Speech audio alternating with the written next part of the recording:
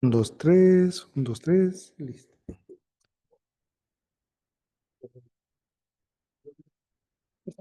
Dímelo, porque yo sé que luego lo necesitan para las siguientes clases. Oye, ¿y qué tal, Sí, sí se escucha mucho mejor con estos. Están buenísimos. ¿Sí? ¿Estos dónde los compraron? Han mejorado mucho. Tenemos estos dos modelos. Los dos están muy buenos. Este lo compramos en Steren, que es el que traes. Ajá.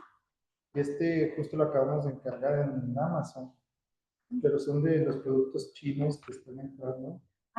Porque estaba pensando para los grupos focales, porque a veces tenemos vía streaming y creo que a lo mejor eso hace que se escuche mucho mejor, ¿no? Para las grabaciones y todo. Le voy a tomar foto porque creo que es una buena opción. Para que te animes.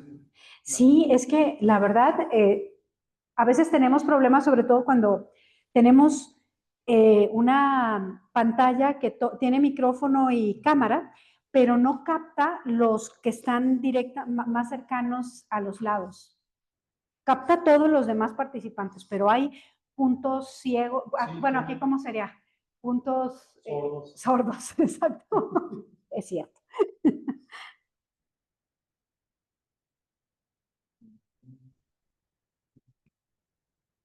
Recording in progress.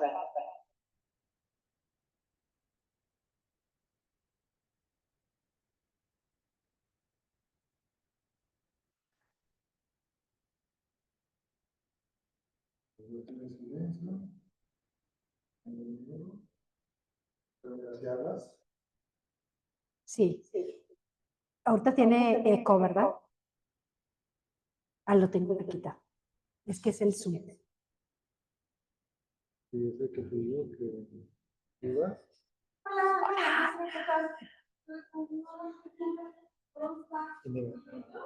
Hola, hola. Si hablas. Ahora sí ya no. Casi no, ¿verdad? Solo el. La calidad es buenísima. Sí, fíjate que se oye muy bien. ¿Y ese cuál es? ¿Es este o es este? Pues vas a ver, le voy a tomar una foto. Vamos.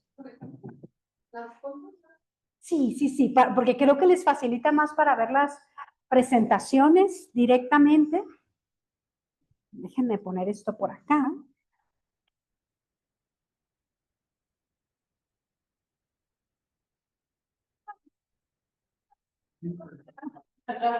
No, y yo no quise hablar porque estaba con el eco.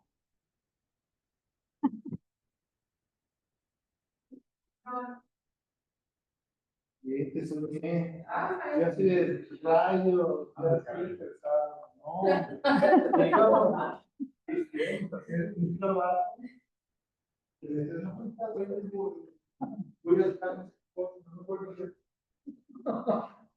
Y yo estaba en una casa extraña, no sabía ni siquiera de dónde estaba. Pero toda la noche, desde noche, y luego amanecía, y luego regresó. Pero amigos personales. Sí.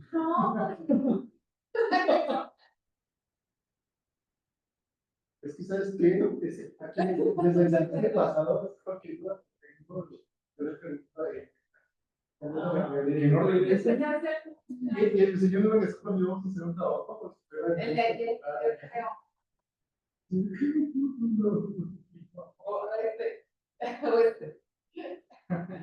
Te dicen los sueños, no me marques.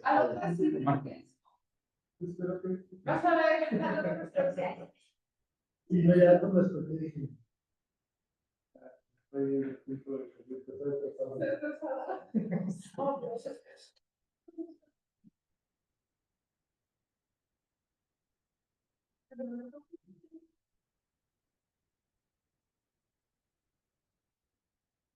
Vamos a ver si alguien ya se conectó por aquí.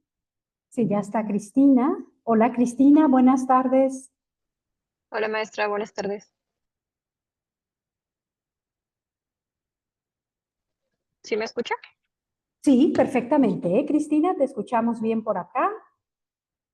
Y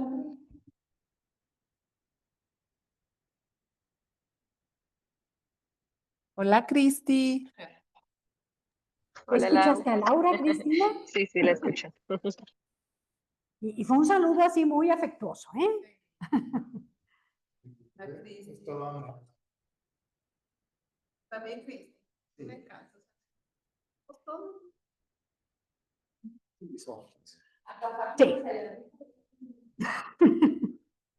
A ver, vamos a ver, por aquí ya se encuentra Laura. Majo me dijo que no le va a ser posible acompañarnos hoy, pero me decía que si podía disponer de la grabación. ¿Sí? Muy bien. Está Octavio, Cristina en línea. Rodolfo está por aquí porque ya nos habías abandonado. Stephanie nos hace falta, creo que a lo mejor ahorita se conecta. Fátima está por aquí.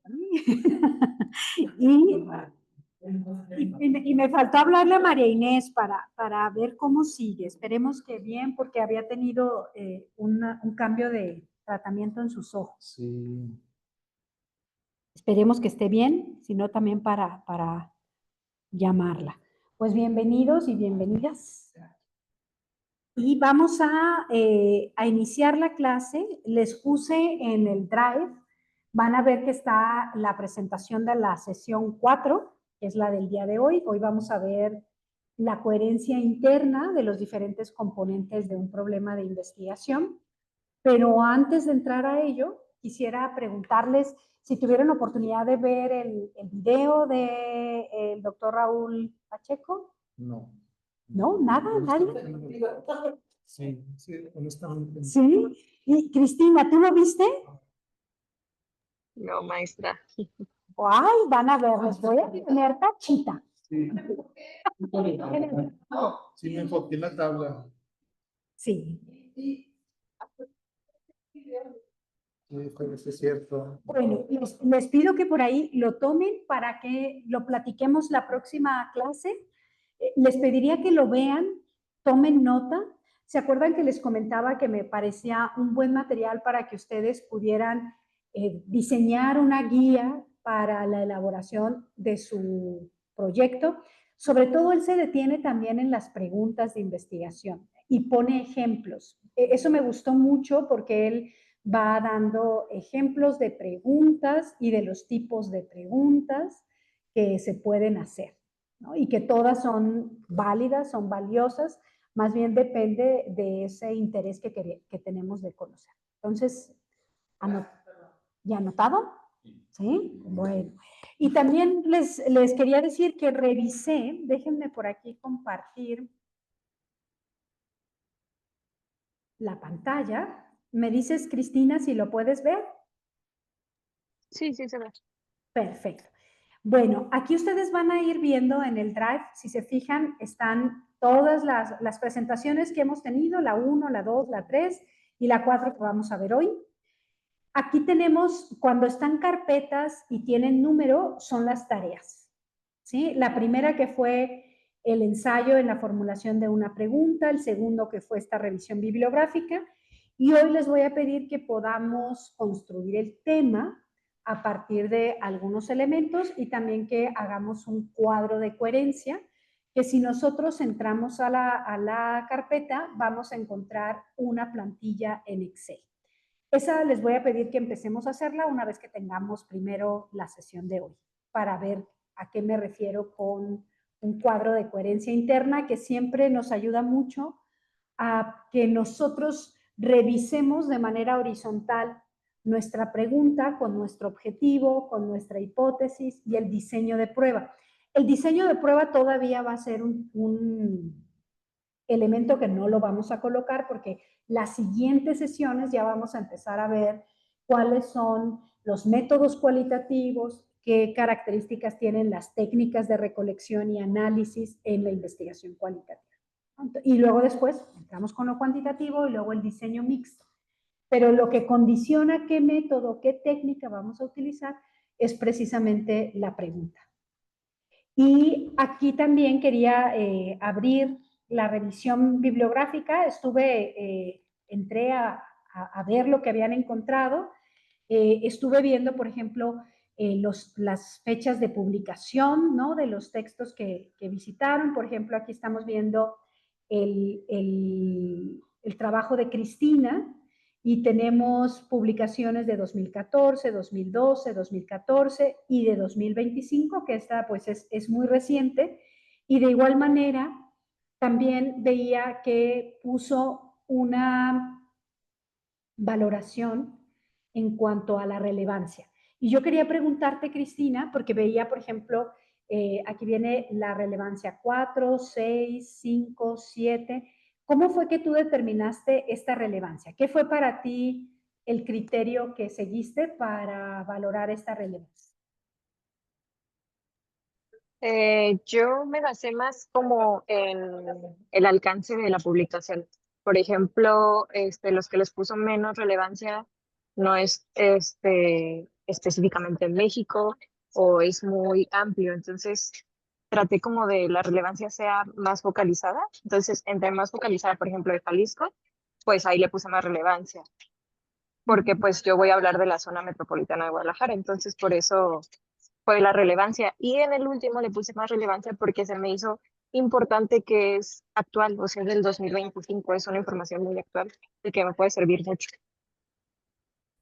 Muy bien, que esto que nos dices me parece que hay que tomarlo en cuenta, es decir, generalmente, ¿por qué decimos que busquemos publicaciones de los últimos 5 años? Y en muchos casos es parte de los requisitos que se piden en la revisión bibliográfica para publicar un artículo arbitrado, es porque estamos nosotros reconociendo las discusiones más actuales sobre el tema que nos interesa. Por eso la importancia de que sean publicaciones recientes que pueden combinarse con publicaciones relativas a textos clásicos, ¿no? También. Y lo que tú mencionas, Cristina, sobre que fuera estudios que se hayan hecho en la propia área metropolitana de Guadalajara o en el contexto estatal de Jalisco, creo que es importante porque está cercano al contexto.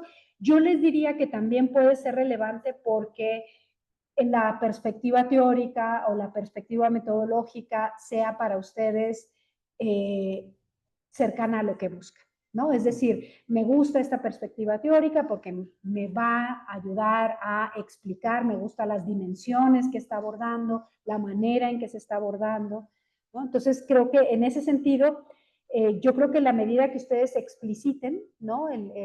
Esta revisión, muchas veces también, y hay tesis que le dedican un apartado para poder decir cuántos artículos encontraron en el periodo de los últimos 3 años, se han producido tantas publicaciones y hacen un análisis de en dónde han sido estas publicaciones, cuáles han sido las principales formas de abordaje metodológico, es decir, muchas veces en ese análisis se dice qué porcentaje de las publicaciones utilizan métodos cualitativos o métodos cuantitativos, y si es dentro de los métodos cualitativos, si lo han hecho a través de entrevistas o de grupos de enfoque, de tal manera que a ustedes también les ayuda a ver cuáles han sido esas estrategias metodológicas, ¿no? Y en cuanto a los motores de búsqueda, no sé, Cristina, que empezamos con lo que tú aquí presentaste, ¿cuál motor de búsqueda sentiste que abordaba más el tema de tu interés? Conmigo fue Redalito, el de Pero, las revistas. ajá. Ese fue el que más me dio información. Los otros eran como poca y poco focalizada lo que yo estoy buscando. Pero ese fue como el que más. Y si no me equivoco, el último también salió de Redalic y se me hizo muy interesante. Que aquí, eso sí, faltó, Cristina, que a lo mejor faltó que fue de Redalic, de Leticia Merino. Ay, perdón, no, ese era de Google Académico, pero creo que se me borró. ¿De qué, perdón? Se me borró el enlace, pero es de Google Académico. Ah, de Google Académico. Muy bien. No, y aquí, no sé cómo, qué tanto les sirvió el poder ustedes hacer comentarios. Pensando en el futuro, cuando se acumulen, aquí nada más lo hicieron con 4 a 5 artículos, pero imagínense que ustedes ahí ya llevan cientos de textos que les ayuda a ustedes a regresar y decir, porque a veces puede ser que la relevancia sea baja, pero con el tiempo resulte que ese texto, hola, bienvenida. ¿Cómo sigues, María Inés? Pues bien, pero creo que sí fue muy agresivo eso. Pero ahorita ya tus ojos ya volvieron a recuperar. Sí, ya, o sea, de repente, después de mucho rato de estar frente a A una pantalla. sí, empiezan a llorar. Entonces, pues yo creo que voy a tener que revisar también La dosis, ¿no? no, la dosis. O ya lo Yo de plano la dejé de. Sí. No. No, pues esperemos que te sientas mejor. Y como que no sentí que tomara mucha responsabilidad ahí en lo que estoy. Entonces, mañana tengo cita con el oftalmólogo que yo iba normalmente. Le voy a llevar eso y le voy a hacer un protocolo y me mandaron con un oftalmólogo y me dijo esto y me pasó esto y me empezaron unos dolores de cabeza fuertes. No, y lo bueno es que tú lo identificaste rápidamente. A veces sí hay que detener el medicamento cuando uno siente el efecto agresivo, ¿no? A menos que sea algo esperado, pero no creo. No. Estamos ahorita, María Inés, revisando. La semana pasada, la tarea fue el poder hacer una búsqueda en motores disponibles, que son Redalic, tomamos también Google Académico, tomamos una revista del Colegio de México, de tal manera que eso les permitiera hacer búsquedas con palabras clave relacionados con sus proyectos de investigación, ¿no? Entonces, incluso yo hoy todavía, después de que revisé lo que ustedes subieron, también entré, hay un repositorio de tesis de la UNAM que uno puede elegir por tesis de maestría, y entonces empecé un poco a buscar con el tema de espacios, unidades deportivas, espacios públicos, recreativos, ¿no? Un poco para ver qué era lo que nos arrojaba, porque esto que hicimos, yo lo que les pediría es que sigan haciéndolo, porque recuerden que al final del semestre es la entrega del protocolo, y yo esperaría que la revisión sea mucho más amplia y que en el texto que ustedes vayan a hacer en la introducción del protocolo, donde expliquen el problema que quieren estudiar, ya incluya estas citas y referencias bibliográficas, ¿no? Que ya las tengan en cuenta. Aquí, por ejemplo, en la búsqueda que hizo Cristina, aquí ya ella en los comentarios señala que es un documento que ayudará a entender el fenómeno, cómo se relaciona la sociedad y el medio ambiente en el territorio. En otro de los textos que que revisó, es principalmente se menciona la relación entre lo político y lo ambiental, dándonos la facilidad de observar cómo se presenta esta relación entre los distintos estados de México. Si se fijan ahí, ya podemos establecer diferentes tipos de relación. En el primer artículo que revisó es dimensión social y ambiental. En el segundo, la dimensión política y ambiental. Eso también enriquece porque se va a abordar de forma distinta. Luego tenemos, déjenme nada más mover esto porque no me deja leerlo. Logramos identificar que el crecimiento exponencial acelera la brecha de desigualdad socioambiental en México. Entonces, aquí también ya es otro tipo de análisis, identificación de las, aquí es preferencias de poder y políticas en la distribución de recursos naturales. Y bueno, esto es en cuanto a los comentarios que son para ustedes mismos, ¿no? A la hora de poder llevarlo. Incluso a veces también en esta parte de los comentarios podemos aprovechar para decir, este artículo me puede servir para, y puede ser el marco teórico, o esto me puede servir para el estado del arte, o esto me puede servir para la introducción. ¿Qué diferencia hay entre un marco teórico y un estado del arte? ¿Qué dirían? ¿Qué han escuchado? Yo diría que el marco teórico reúne, más que nada, los distintos conceptos, conceptualizaciones, posicionamientos teóricos, enfoques metodológicos acerca de un tema.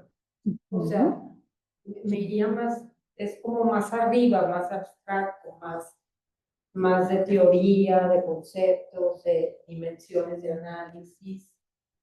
Eso diría respecto al marco teórico.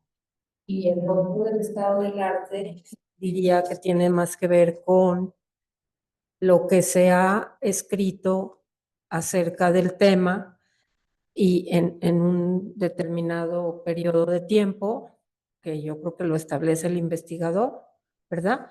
De acuerdo pues con sus tutores o con quienes le están orientando de qué tan atrás se debe ir o qué tan cercano deben ser las fuentes, pero ahí lo mismo es para identificar cómo se ha abordado el tema, pero ya más bien desde un punto de vista práctico y de producción bibliográfica, en en distintos formatos, pueden ser libros, hemerográficas, revistas científicas u otros medios, ¿no? Ya ahora podcast y hay otra serie de cosas, de formatos que ya se han incorporado dentro de la investigación académica, pero diría que uno es más teórico, conceptual, metodológico, epistemológico, y el otro es más de análisis aplicado, práctico. No es que no tenga teoría, pero sí de quién ha investigado el tema, cómo lo ha investigado y qué se sabe del tema, ¿no? Cuál es el estado del arte presente acerca del tema.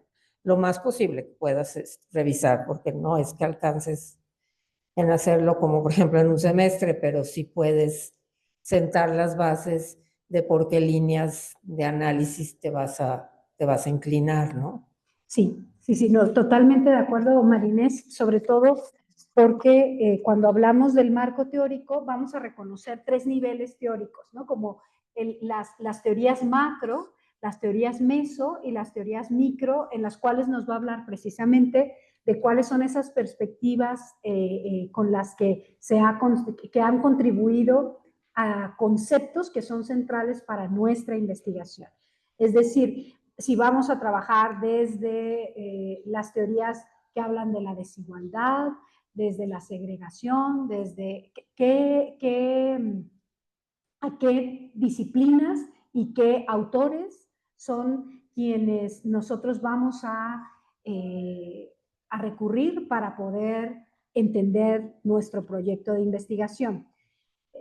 Pensando, por ejemplo, la teoría sobre el derecho a la ciudad, ¿no? Estaríamos dentro del marco teórico, pero como ya nos lo comentaba Marínez, cuando llegamos al estado del arte ¿cuáles son las discusiones actuales a partir de estudios que aplican estas teorías, ¿no? Es decir, las teorías son las que nos ayudan a pensar, encuadrar ese fenómeno que queremos hacer.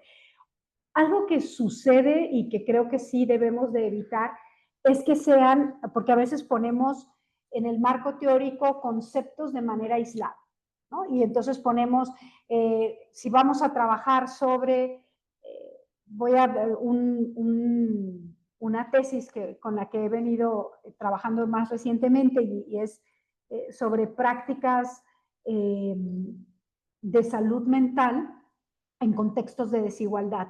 Entonces, el marco teórico de repente está en qué son las prácticas en salud mental, qué es la desigualdad social y salud mental también, ¿no? Pero si los separamos y no logramos encontrar de qué manera es que estos conceptos se unen analíticamente, dejamos un camino muy difícil para el trabajo de investigación, porque nosotros tenemos que más bien esos conceptos relacionarlos. Nuestra tarea como investigadores es cómo relacionamos esos conceptos que por separado me están contribuyendo, pero que juntos realmente me ayudan a entender lo que yo quiero ver, ¿no? O sea, ¿qué significa? Incluso cuando podemos pensar en la desigualdad, pues Hay diferentes tipos de desigualdades, ¿no? Hay, por ejemplo, la desigualdad económica, la desigualdad social, pero también podemos acudir a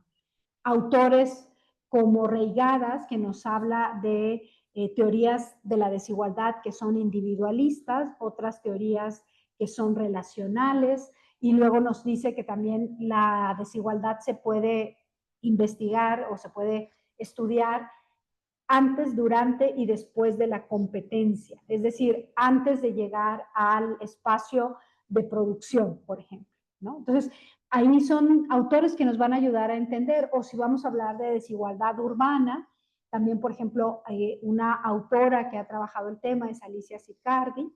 Entonces, ahí es ¿qué autores nos van a ayudar a pensar que generalmente están en el marco teórico y en el marco, perdón, y en el estado del arte son estudios recientes en los cuales esas discusiones teóricas han estado presentes y han sido investigadas también empíricamente, ¿no?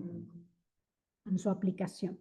Entonces, bueno, esto es en cuanto a la revisión bibliográfica. Si se fijan en el Excel que les pedí que trabajaran, hay dos hojas del libro de Excel. En la primera es la revisión bibliográfica y en la segunda es que ustedes de un libro, perdón, no un libro, puede ser un capítulo, un artículo, ustedes puedan elegirlo para que en la estructura del artículo puedan desarrollar y bueno, y más que desarrollar, identificar las partes de ese artículo. ¿Se apagó, Laura? Ah, sí. ¿Ah, Zoom? Ah.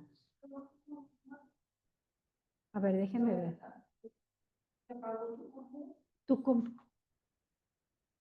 ¿Será por pila?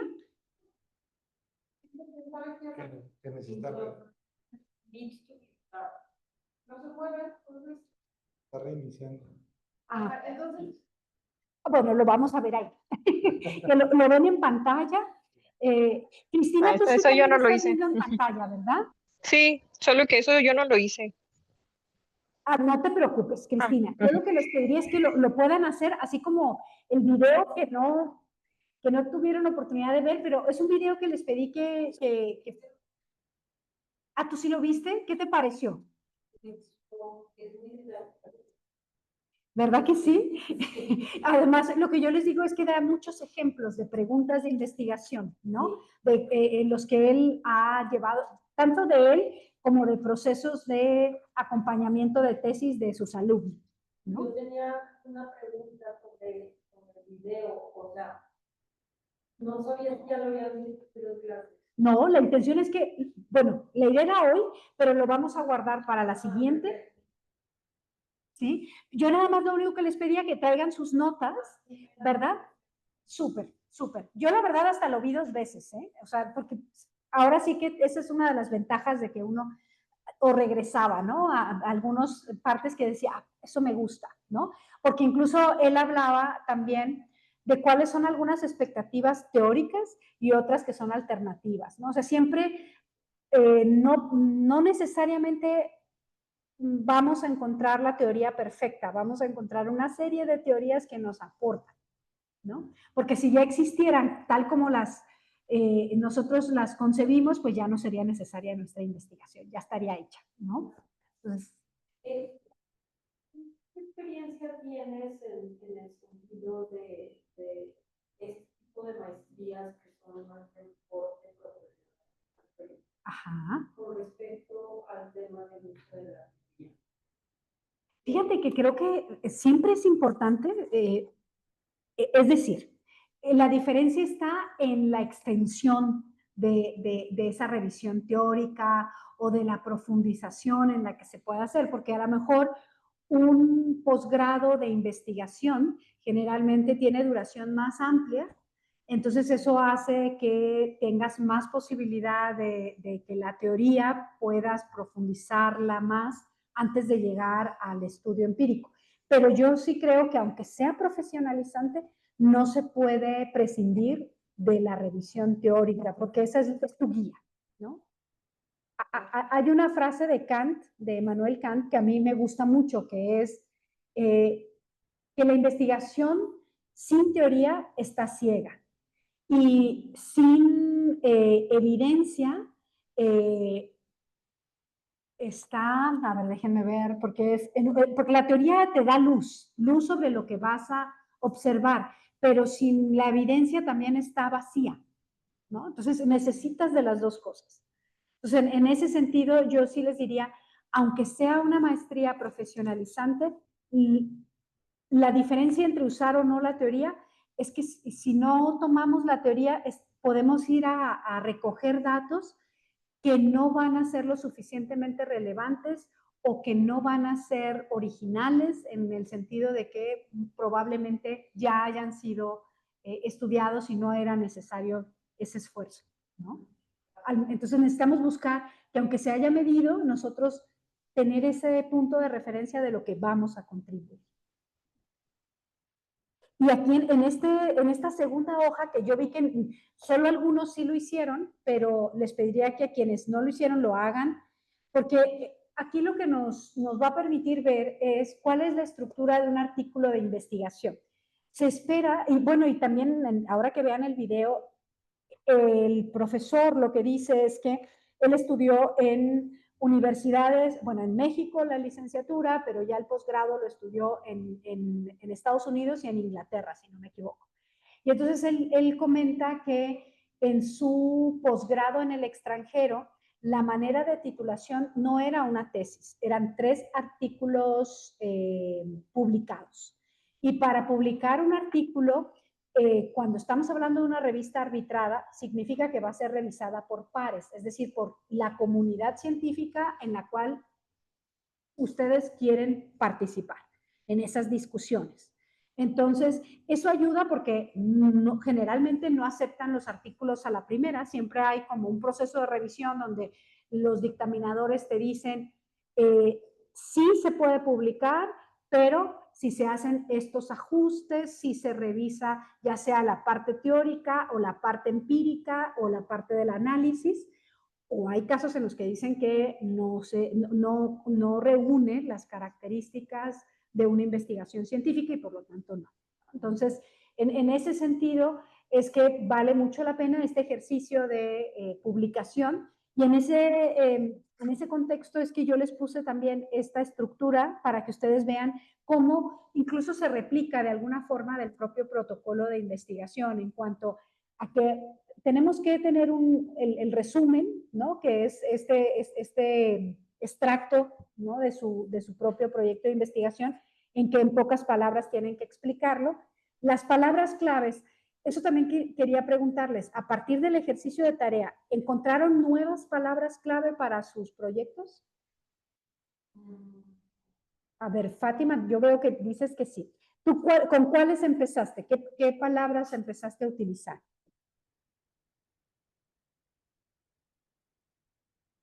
Ajá.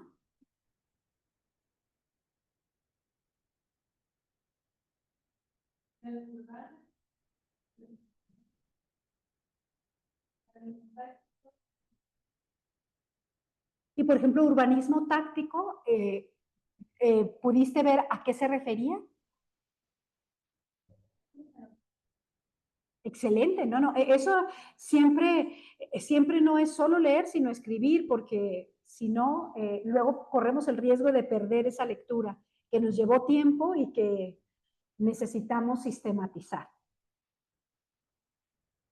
Porque cuando tú pensabas en accesibilidad, ¿tú pensabas en una accesibilidad física?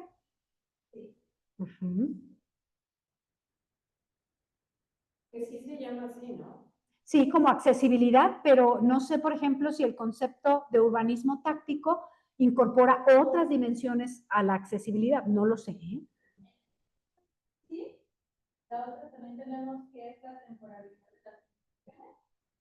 El bajo costo y la prueba y error de todo lo que se hace para transformar una realidad en escala, que se tenga que hacer rápido y que se tenga que hacer rápido. Entonces, aquí es cómo producir esa accesibilidad y entonces tendría que ver con, ya te da dimensiones, incluso que si tú quieres analizar las intervenciones que tienen como propósito la accesibilidad, tomar en consideración estos aspectos, ¿no? Muy bien. ¿Alguien más que haya encontrado conceptos o palabras clave distintas? Porque incluso como las palabras clave muchas veces se dicen en español y en inglés, el inglés también te lleva a otras publicaciones que pueden ser muy interesantes también. Cristina, ¿tú encontraste nuevas palabras? No, maestra. No. Bueno, en la medida que sigan ustedes buscando, seguramente van a encontrar, porque también ese es uno de los objetivos de la revisión bibliográfica, ¿no? Les ayuda a afinar la búsqueda. Bueno, entonces... Yo en mi caso, ¿sí? Yasodhara, Ajá, primero, y ya pensando en el tema la pregunta de investigación que había planteado, primero decidí hacerle un reajuste. ajá, Que dije, no siento que soy totalmente lo que estoy planteando ahí, ¿no?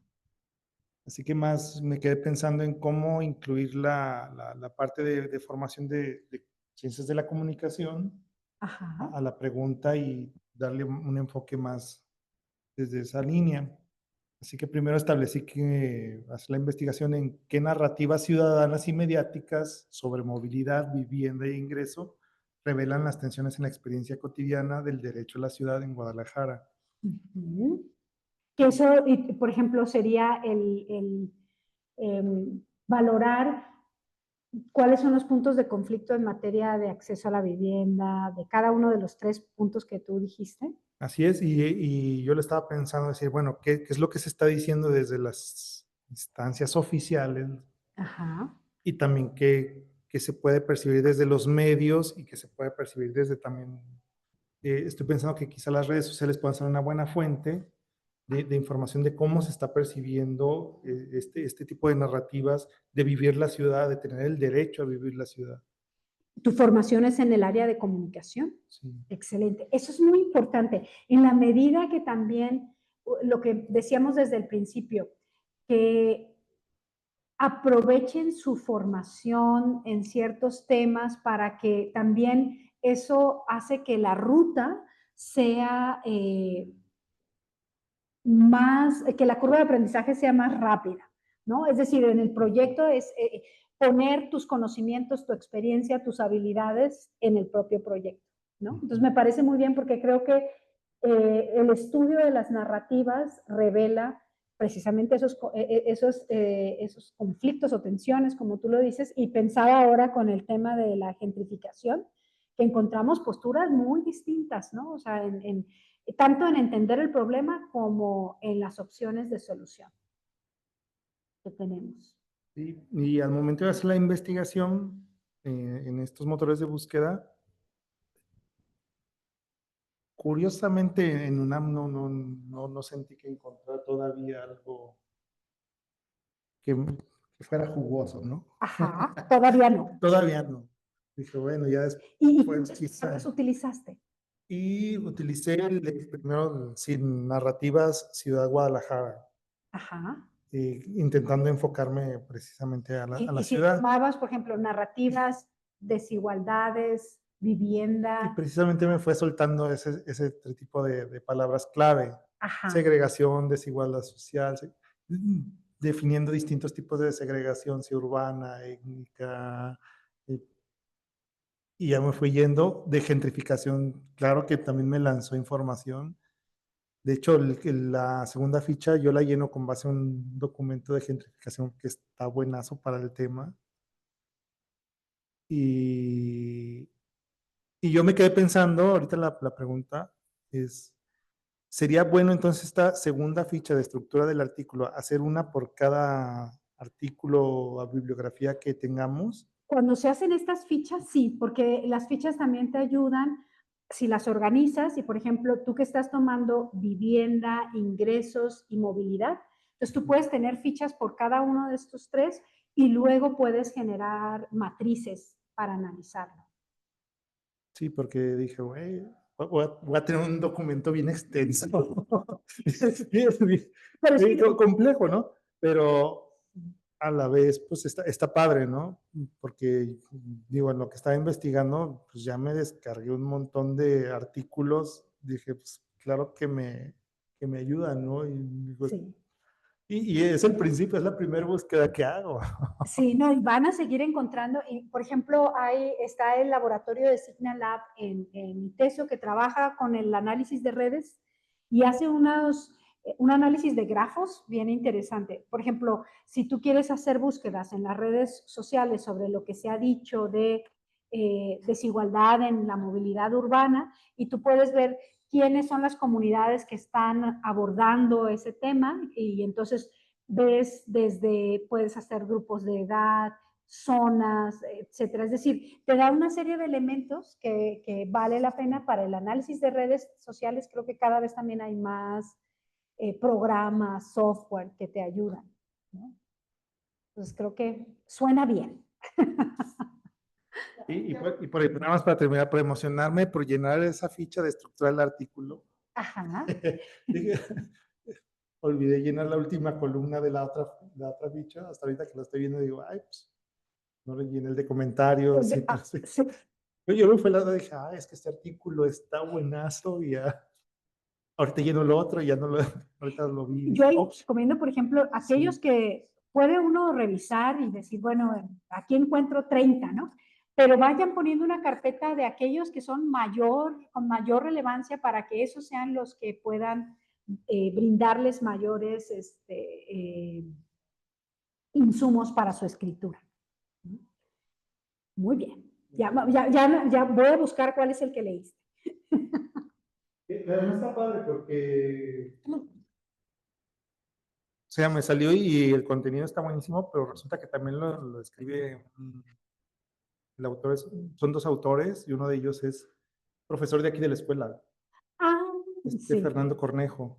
Sí, que, sí. que también él me dio clases en comunicación precisamente también, así que ya sé que le voy a preguntar. Exacto, sí. Aprovechen también esos vínculos para que te podrá también sugerir literatura, ¿no? Muy bien. Y a ver, Laura. Gracias. Yo también encontré palabras nuevas. Mis palabras claves hasta hoy son paisaje, paisaje urbano, protección y patrimonio, ¿no? Pero de las lecturas, pues ya se abre, ¿no? El panorama porque ya me aparece...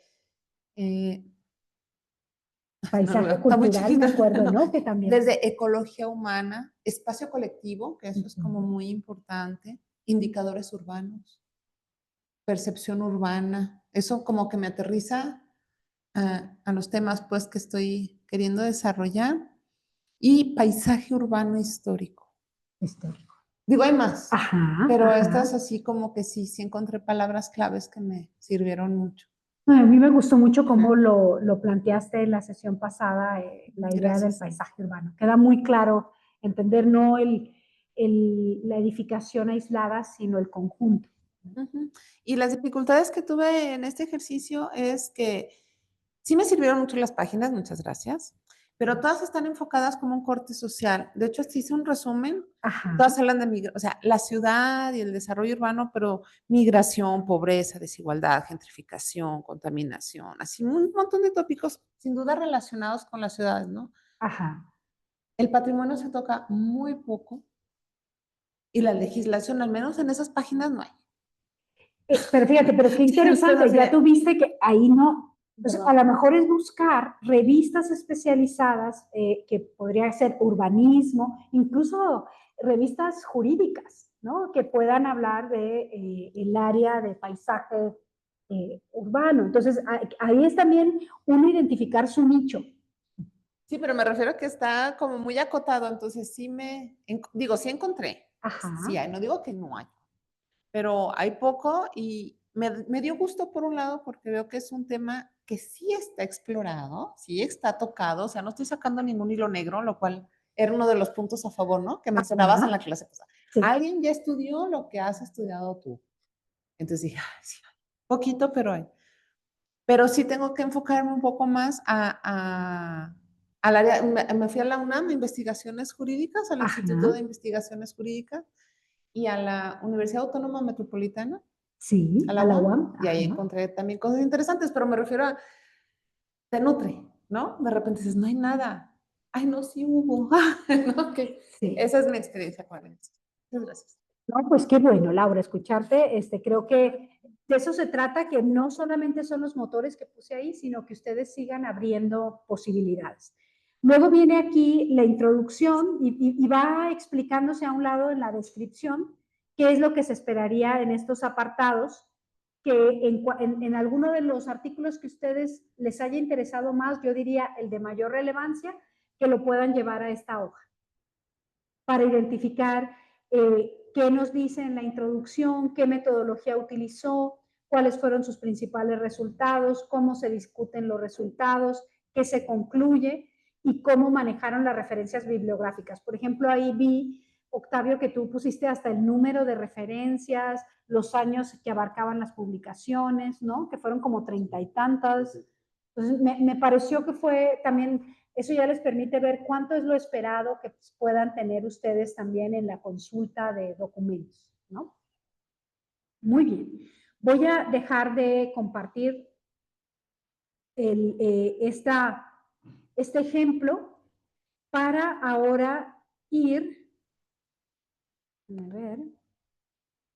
Entonces hay que, digo, yo tengo que hacer todas las tareas atrasadas desde la pregunta. Ajá. Todavía hago lo de la revisión ¿De bibliografía? no, de la pregunta. Sí, yo diría que sí, Sí. Marines, porque eso permite que puedas compartirlo con la persona y también que una vez que tú nos digas, ya tengo la pregunta, que puedan darte la retroalimentación y los comentarios. Entonces, porque son 3 tareas las que llevamos, que era lo que ahorita veíamos. Está la carpeta de la pregunta de investigación, la de revisión bibliográfica y la que vamos a hacer hoy, que es la de coherencia interna. Ok. Entonces, para eso voy a ahorita, para que veamos. Y para orientarme, hablando de tareas, ando perdido con el video. ¿Cuál era y dónde lo encontraba? Ah, sí, está en el archivo de PowerPoint de la sesión 3. Ahí está el enlace. Ok. ¿Sí? De todas maneras, si quieren, hoy, sí, nos los pone. Ah, perfecto, Octavio. Está en la sesión 3. Y así creo que con eso no se nos pasa. Cristina, ¿me dices si tú estás viendo la presentación de la sesión 4? Sí, sí se ve. ¿Sí se ve? Y ahorita, a ver, me dices si cambia o no. Sí me hace. Sí, perfecto, muy bien. Bueno, como les decía, la sesión de hoy vamos a terminar de ver lo que tiene que ver con el planteamiento de la investigación, porque como les decía, ya vamos a iniciar con la revisión de los métodos Quali, Quanti y de diseño mixto. La próxima sesión yo voy a dar una introducción a cuáles son las características de la metodología cualitativa, pero lo que vamos a hacer es que vamos a formar equipos para que ustedes presenten algunos textos relacionados con las entrevistas, con los grupos focales, etcétera, ¿verdad? Muy bien. Pues cuando hablamos de los componentes del problema de investigación, como vemos aquí en pantalla, estamos hablando de 4 componentes. 1 es el objetivo de la investigación, 2 es la pregunta de investigación, 3 es la hipótesis, que aquí yo les diría, existe hipótesis sí o sí en la investigación cuantitativa, es decir, porque necesitamos comprobar para poder saber si podemos rechazar o no una hipótesis, ¿no? Pero en la metodología cualitativa está un poco más abierto a si se quiere trabajar con hipótesis o no. Y el componente 4, que es el diseño de prueba o metodología, que ese les decía yo que aunque ya está en la tarea, no les voy a pedir que lo hagan porque eso me gustaría que lo decidamos una vez que pasemos por la revisión metodológica. Ustedes ya trabajaron la pregunta, que aquí nos dice que la pregunta representa el qué y que lo que debe de hacer es también considerar que es la traducción del objetivo. Aquí en este caso, la pregunta fue la primera que formulamos y el objetivo lo que hace es retomar la pregunta de investigación y define el alcance. Generalmente va a iniciar con un verbo y a mí siempre me gusta decirles que el verbo importa porque el verbo es lo que nos va a decir hasta dónde vamos a llegar con nuestra investigación, nos va a decir a qué aspira esa investigación y vamos a decir qué es lo que nosotros perseguimos en cuanto a nuestra contribución para la solución de un problema y cómo vamos a aportar, ya sea una teoría, una evidencia empírica o ambos, ¿no? Y después tenemos la hipótesis, que es la respuesta tentativa a nuestra pregunta. Y como les decía, en el caso del diseño de prueba, pues vamos a tener que definir qué enfoque, qué método y qué técnica, tanto de recolección como de análisis, utilizaríamos en nuestra investigación. Como hoy vamos a buscar encontrar cuáles son nuestros objetivos de investigación, es importante decir qué características deben de tener estos objetivos. Unos que sean específicos, es decir, que podamos definirlos de manera muy precisa y que sean, porque a veces no podemos ponernos un objetivo que sea de tal magnitud que sea imposible de poder desarrollar, ¿no? Cuando hablamos de que sean mensurables, es que podamos someterlos a una medición de progreso y éxito, es decir, que podamos decir si este objetivo se cumplió o no. Por ejemplo, a mí muchas veces cuando me dicen, oye, ¿me puedes apoyar en revisar un instrumento de recolección? Yo lo primero que les digo es, compárteme el objetivo de tu investigación, porque si no, yo no voy a tener claridad para saber si tu instrumento cumple o no con eso que estás buscando, ¿no? Que sean alcanzables, es decir, que sean realistas y también que reconozcan las limitaciones que pudieran llegar a tener. Por ejemplo, si yo quiero estudiar a una comunidad indígena y no conozco la lengua, pues tengo que reconocer mis limitaciones y saber que voy a requerir del apoyo de traductores tal vez, ¿no? O de saber si hay personas que puedan servir de intérpretes, ¿no? También saber la pertinencia, tienen que ser pertinentes, porque ¿qué significa esa pertinencia? Que realmente tengan una relación con nuestro problema de investigación y que puedan contribuir para abordar la pregunta, ¿no? Y que también sepamos que son limitados en el tiempo porque vamos a tener este calendario para poderlo lograr. Y ese calendario incluye tareas de planificación. Este semestre en sí mismo sería el de la planificación, el diseño de la investigación, ¿no? Luego tenemos que gestionar el proceso de investigación, es decir, nosotros ya una vez que decidimos qué queremos investigar y cómo lo vamos a investigar, pues tenemos que incluso identificar cuáles van a ser nuestros caminos para lograrlo en cuanto a quiénes, por ejemplo, en investigación cualitativa se habla de porteros. ¿Quién nos va a abrir la puerta? ¿No? O sea, si tenemos que llegar con un gobierno municipal, ¿quién puede abrirnos esa puerta de las autoridades?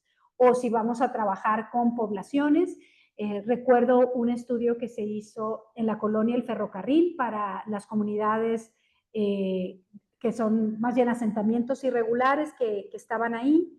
Y entonces necesitábamos personas de la comunidad que nos abrieran la puerta porque había una gran desconfianza de que temían la reubicación, ¿no? La población. Y entonces ahí, por ejemplo, uno de los líderes comunitarios fue quien nos abrió la puerta y nos acompañó todo el proceso. Incluso fueron 10 años porque en su momento el municipio de Guadalajara había tenido la intención de la reubicación y por eso pidieron ese estudio, que fue un estudio censal y también etnográfico, es decir, era saber cuántas viviendas había, era muy difícil, incluso cuando nosotros hacemos censos, pues muchas veces un mapa de un área geoestadística básica, que son las de INEGI, te van diciendo cuáles son las viviendas, pero en los asentamientos irregulares, pues había techos que no sabías porque son techos de lámina y entonces era, incluso a veces los encuestadores se nos perdían porque no sabían si ya habían pasado por ahí, entonces optamos por poner una calcomanía, como ahora sí como el censo del INEGI, para poder saber si sí o no se había censado esa vivienda. Y también había presencia del crimen organizado, entonces teníamos que pedir el apoyo del líder comunitario para que pudiera primero socializar que íbamos a estar ahí, cuál era nuestra tarea, porque también había laboratorios ahí mismo, ¿no? Entonces, de repente tú llegas a censar un laboratorio y no, ¿verdad? Entonces era, no, el encuestador nos llegó blanco, o sea, no podía ni hablar para decir que se había metido y había lo que había visto, ¿no? Entonces se tuvo que ir a hablar con el líder comunitario para que no hubiera ese problema. Y luego también por parte de antropólogos de Ciesas, ellos hicieron un ejercicio de entrevistas y afortunadamente el proceso concluyó con la escrituración, ¿no? Es decir, que fueron 10 años porque tuvo que entrar la Unión Europea, por ejemplo, para financiar, pero porque el municipio no podía entrar con servicios públicos porque era zona federal. Entonces, primero era conseguir que el gobierno federal aceptara, donara esos espacios. Entonces, sí necesitas tener actores clave dentro de la investigación con quienes te puedan apoyar y facilitar los espacios. Por eso es que se habla de gestionar el proceso de investigación. Ahorita está pasando eso con los de Ferromex. ¿Ah, sí? Pues sí, porque los trenes donde están poniendo la línea 4 toca territorio ¿Vía federal? vía federal. Y entonces, por eso se está Detenido. se ha tardado mucho. Sí, es que son muchos años. Sí. Está esa cuestión que se ha quedado como en un impasse y no se resuelve eso, pero me pueden terminar de lo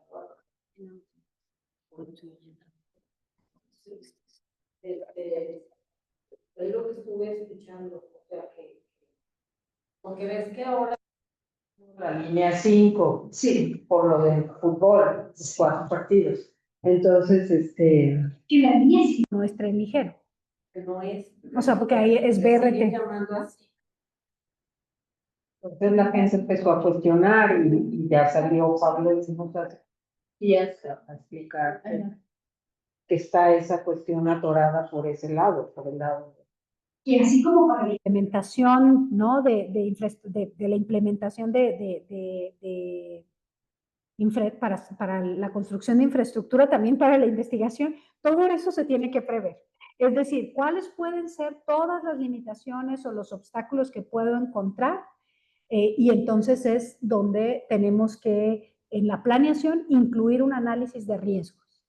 Por ejemplo, en el caso del análisis de redes sociales, hay libros, hay una investigadora de la Universidad en Guanajuato, era de Aguascalientes, pero ahora está en Guanajuato, e incluso presidió la Asociación Mexicana de Investigación de la Comunicación, Dorismilda Flores, y ella tiene un libro sobre etnografía digital, a lo mejor te puede ayudar, porque son metodologías que también no son tan sencillas, porque, por ejemplo, Signalab trabajó mucho tiempo cuando eran de acceso libre, Facebook, X, bueno, en ese momento Twitter, pero ahorita no, ahorita tienes que comprar y creo que es carísimo, entonces tienes que buscar otras maneras de acceder a eso.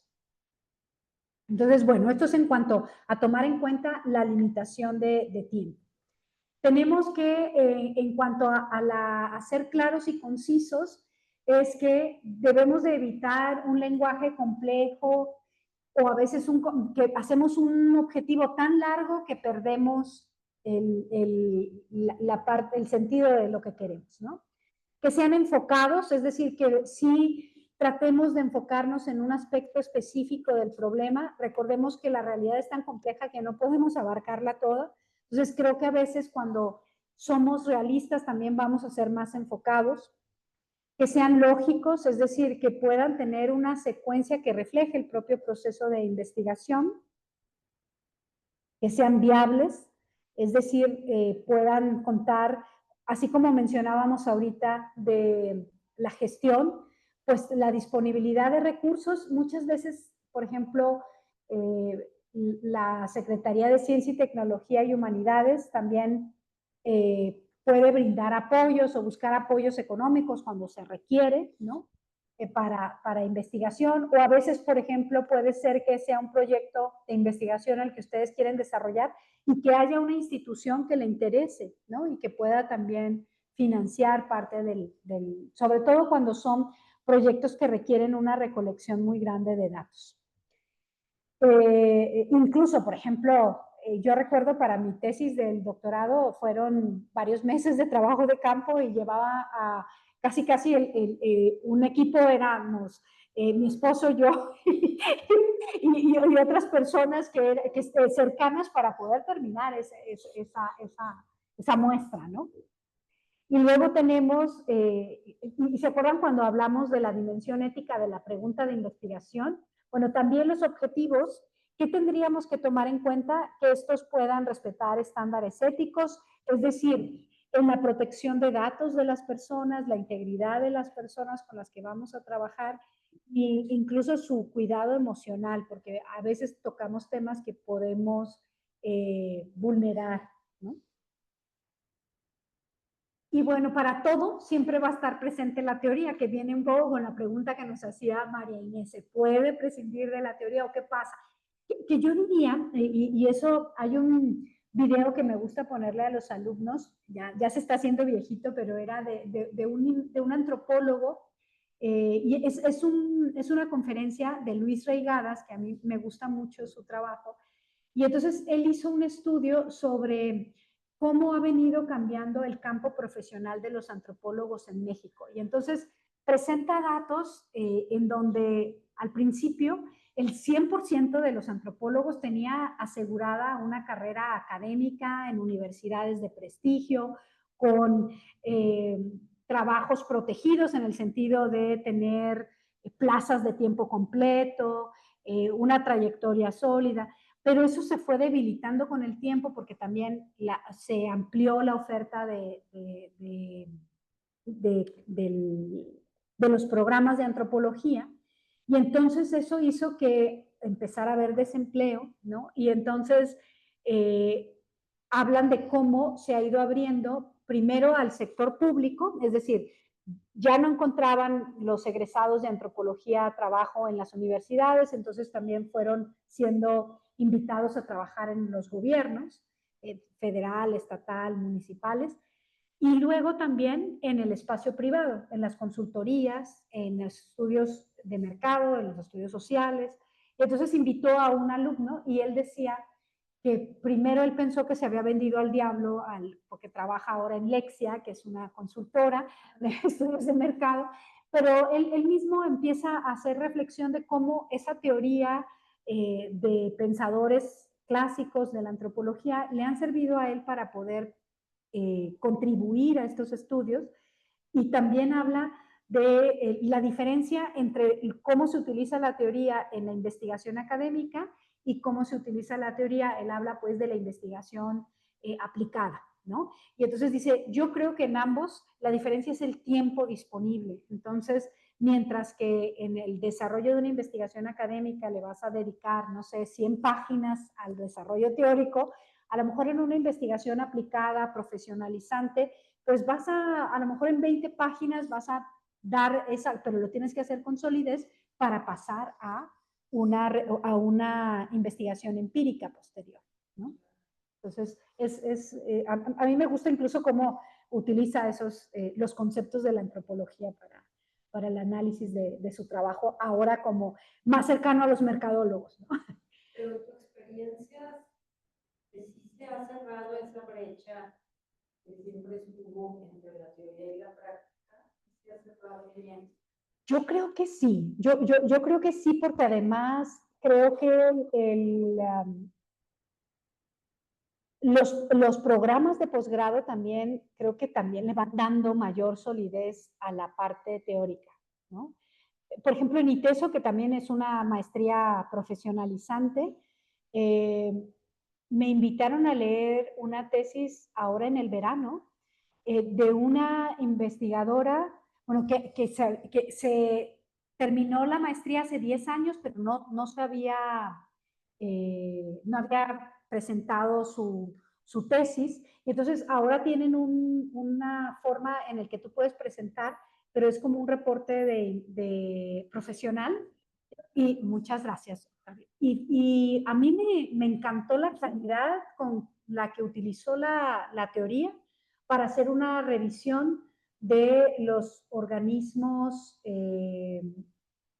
anticorrupción en las entidades, ¿no? Entonces, pero me pareció que no requirió de una gran extensión, pero sí tenía una solidez teórica que luego le ayudó a desarrollar su trabajo empírico. Entonces, yo creo que ahí está en la parte estratégica, en que hagas una selección súper estratégica de las teorías con las que vas a trabajar, de la manera en que lo vas a hacer. Creo que ahí está la clave. Entonces, creo que por ahí puede ser. Y que aquí, en el papel de la teoría, precisamente es que tiene que estar presente en todo el proceso. Es decir, en el planteamiento del problema, tiene que estar presente en el plano metodológico, cuando tú decías, bueno, cuando estamos trabajando la aproximación teórica, también está presente la metodología, ¿no? Y después, eso cuando tú generas tus instrumentos, también van a tener que ser inspirados en la teoría. Y en cuanto a los observables, pues tus instrumentos se convierten en esas observaciones. Entonces, tiene que atravesar todo el proceso. La teoría es casi como tenerla susurrando al oído todo el tiempo. Que no se nos despegue.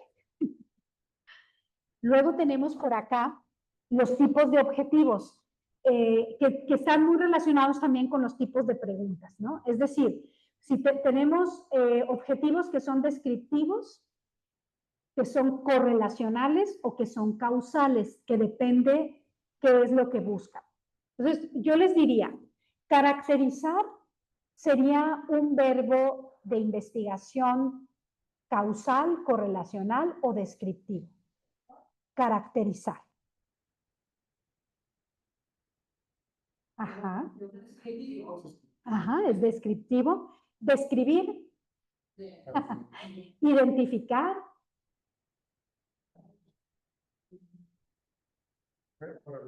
Bueno, si pensamos en identificar causas o identificar factores, sí sería causal. Si fuera solamente identificar propiedades, características, sería descriptivo. Ajá. Determinar. Si queremos saber, determinar las causas, determinar formas de explicar, ¿no? Definir, analizar. Correlación. Casi, sí, puede ser en el caso, sobre todo puede ser principalmente correlacional o causal. Si queremos analizar causas y efectos, sería causal. Si queremos analizar la relación entre dos o más variables, sería correlacional. Medir.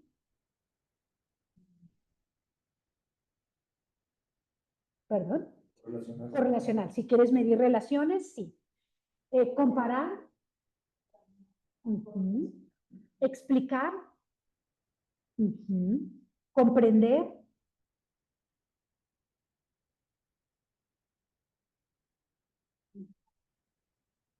Sí.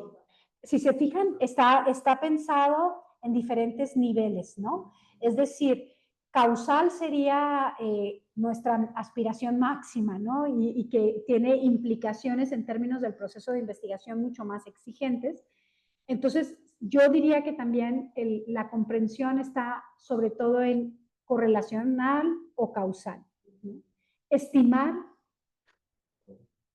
y relacionar también, ¿no? Y aquí podríamos agregar otros, pero si se fijan siempre el objetivo, como incluso hay tablas, no sé si las han buscado, si uno googlea, va a encontrar objetivos de investigación cualitativa, objetivos de investigación cuantitativa, objetivos de diseños mixtos. Entonces, creo que eso vale la pena para que ustedes puedan ver cuál es el objetivo que mejor encaja en lo que ustedes, que mejor encaja con respecto a su pregunta de investigación y con lo que ustedes buscan como alcance de su investigación. Vamos con el siguiente. Aquí hay un ejemplo, que esta tabla es la que ustedes van a hacer como actividad, que sería la coherencia entre los componentes del problema de investigación. Si se fijan, la tabla contiene en la primera columna el objetivo, en la segunda la pregunta, en la tercera la hipótesis y en la cuarta el diseño de prueba. Entonces, aquí en este caso es demanda juvenil de producciones de artes escénicas y entre paréntesis teatro, danza y música en el municipio de Guadalajara. Y entonces, aquí vamos a ver que el objetivo, y resalto el verbo que se está utilizando aquí, dice comparar el tamaño de la demanda de artes escénicas de jóvenes entre 18 y 29 años de edad con respecto a otros grupos de edad en el municipio de Guadalajara. Aquí pensemos que a quién le puede interesar esto, pues le puede interesar a los gestores culturales, puede ser a la Dirección de Cultura, puede ser a la Asociación de Teatro, ¿no? Pensemos quiénes podrían ser las personas interesadas, porque, y aquí si se fijan es comparar dos grupos de edad, ¿no?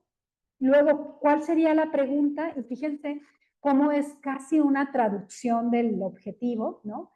¿Cuál es el tamaño de la demanda juvenil de artes escénicas en comparación con otros grupos de edad en el municipio de Guadalajara?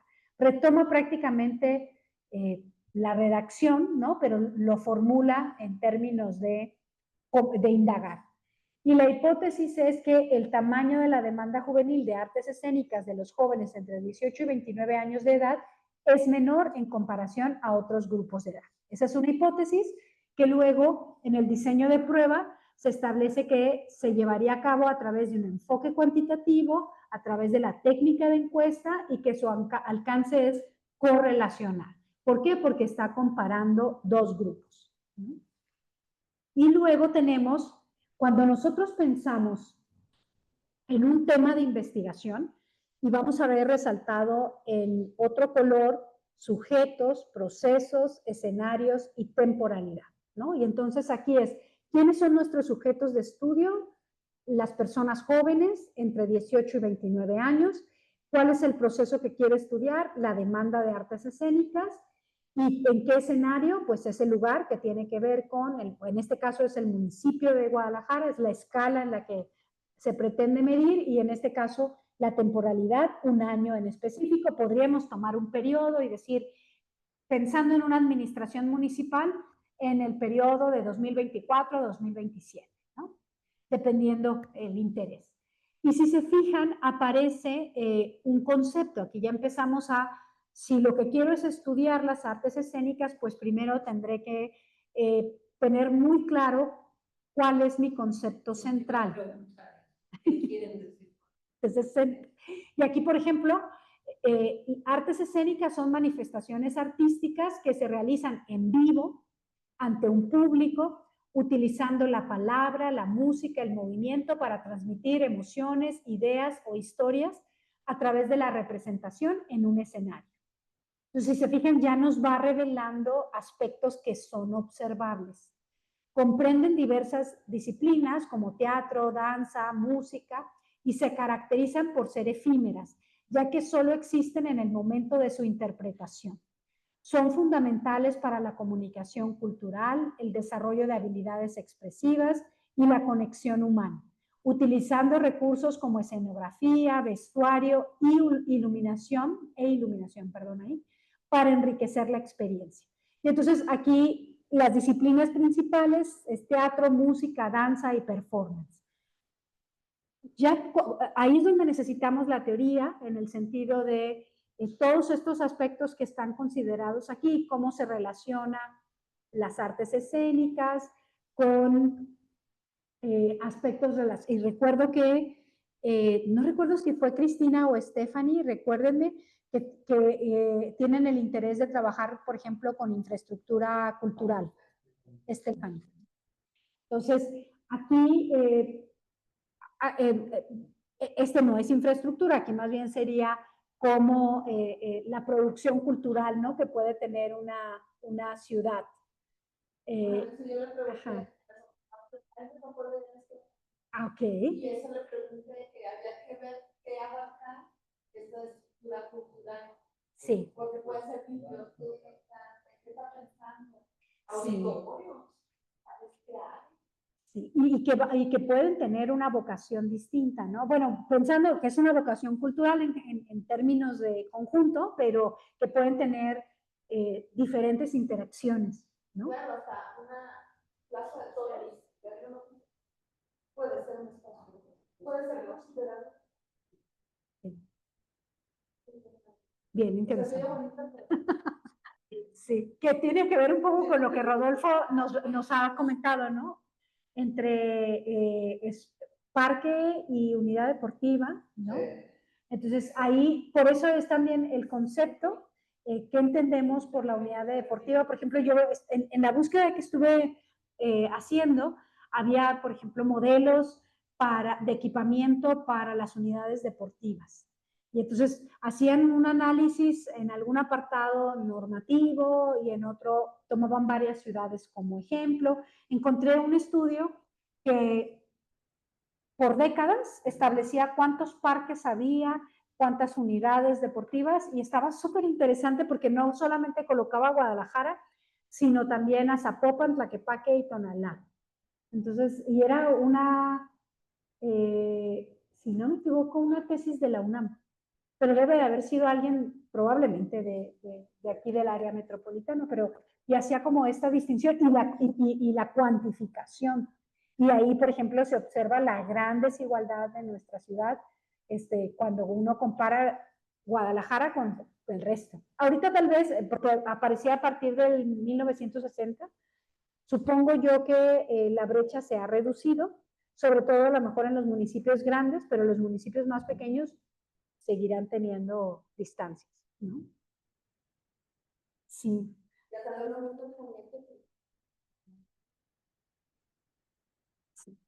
Sí. Incluso sumándole al tema de la preocupación, nos hemos encontrado al tiempo que lamentablemente muchos de los espacios deportivos o parques están ubicados es decir, son terrenos que en su momento fueron donados por el gobierno en turno, pero que fueron donados entendiéndolos como espacios que a lo mejor no eran, por sus características de ubicación y demás, como que no eran aptos para algún otro uso. Es decir, en un esquema a lo mejor como de interés particular o más cerrado, decían, bueno, pues a ver, entonces vamos a donar ese terreno para una unidad deportiva de la colonia, pero pues era un terreno que pues se inundaba o se inunda hoy en día. Entonces hoy en día entendemos un parque o unidad deportiva que pues en tiempo de lluvia se inunda porque era un terreno que desde siempre se iba a inundar. Entonces desde el tema de la vocación, o sea, entender el por qué existe en ese sitio ese parque o esa unidad deportiva. Entonces viene desde un análisis desde o sea, ¿por qué ahí? ¿No? Desde su integración estratégica dentro de la zona tiene sentido. Cuando uno le va buscando más en el tema de la investigación.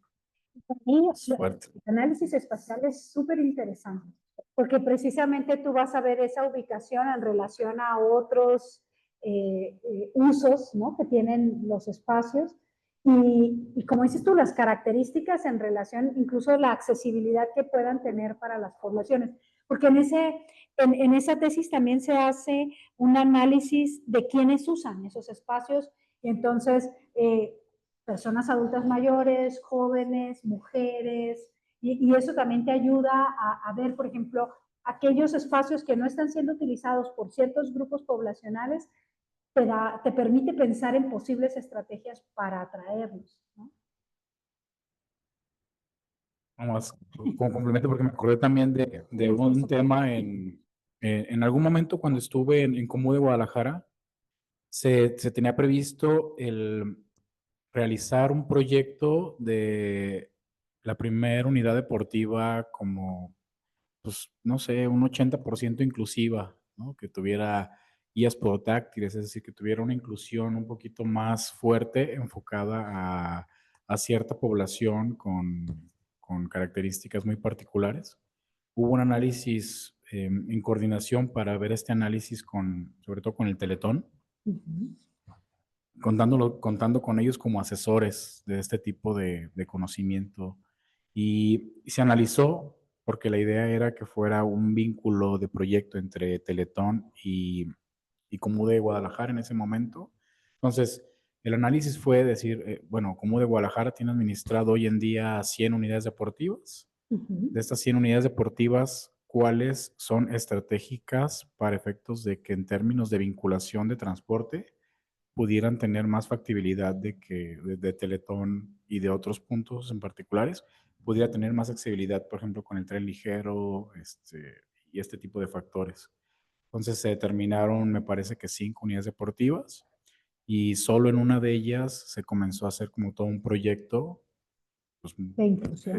muy fuerte, porque sí se pensaba que tuviera pues, desde una alberca, pero que la alberca tuviera las rampas necesarias. O sea, se pensaba desde una persona débil visual hasta una persona que tuviera problemas de cuadraplegia, pero que pudieran tener esa posibilidad de acceder a ciertos deportes y a ciertos momentos de terapias, de rehabilitación, que no necesariamente tuviera que ser solamente el Teletón, sino que a través de los espacios públicos tuvieran como una segunda opción de vinculación o cercanía. Entonces, creo que el proyecto era como muy ambicioso, tenía como mucho alcance. Se trabajó en unidad deportiva, pero quedó como con alcances intermedios. O sea, quedó un proyecto en el banco de proyectos de obras públicas, Ajá. pero como que faltó lo de siempre, faltó tiempo y a lo mejor una estrategia como más fina para poderlo llevar a cabo. Pero sí hay ese tipo de proyectos. Proyección que pueda trascender las administraciones, ¿no? Es decir, bueno, este es un proyecto multianual. La continuidad. Sí, pero aquí me parece fundamental lo que mencionabas, esta alianza con Teletón, que es una institución especializada en discapacidad, entonces puede tener mucho mayor sensibilidad y conocimiento sobre las necesidades, ¿no?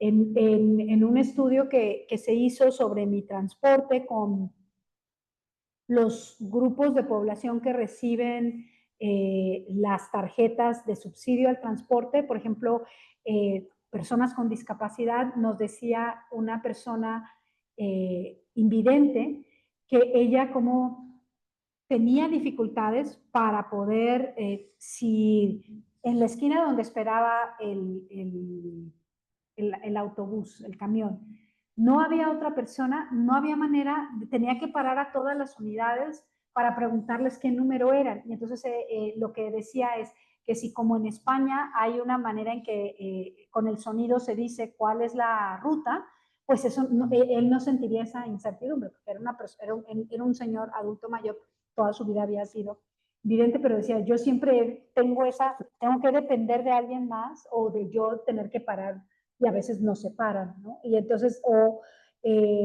también dentro de las unidades, cómo reconocer las diferentes situaciones de la población usuaria, ¿no? Incluso que esté en braille, aspectos que son fundamentales y que todavía tenemos mucha deuda, creo, en ese sentido con las diferentes discapacidades. Voy a dejar de presentarles esto para decirles lo que va a ser de tarea. Me voy aquí.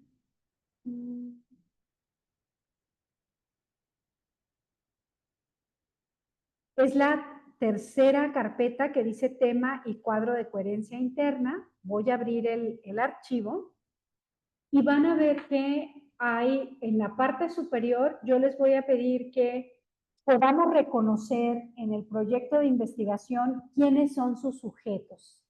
Es decir, quiénes son los actores o agentes que participan del proceso que se quiere investigar. Los procesos, el conjunto o el encadenamiento de fenómenos que interesa estudiar. Ahorita en el ejemplo que vimos era la demanda, ¿no? Juvenil, o sea, la demanda de artes escénicas. Aquí, por ejemplo, En el caso de Rodolfo, el proceso podría ser la definición de los espacios públicos, su definición normativa y de gestión, ¿no? O sea, es ese proceso el que le interesa observar. Los escenarios serían los espacios donde ustedes realizarán la observación y las temporalidades, que sería el periodo que ustedes quieren estudiar. Esta semana nos tocó escuchar los procesos, los proyectos con los que están iniciando la generación del doctorado en Ciencias Sociales en la Universidad de Guadalajara. Y casi siempre la recomendación que se hace es que, bueno, no sean periodos tan grandes por lo que eso requiere. Sin embargo, a mí me sorprendió, llegó un proyecto de investigación de una investigadora chilena joven que va a estudiar las redes culturales y de integración para la comunidad libanesa en Guadalajara y en Foz de Iguazú. Y ella es libanesa, chilena, pero es el periodo que ella está optando es de 1943 al 2025. O sea, es un periodo muy largo, pero es porque ella tiene una justificación para ese corte temporal que tiene que ver con la creación del Estado-Nación del Líbano, ¿no?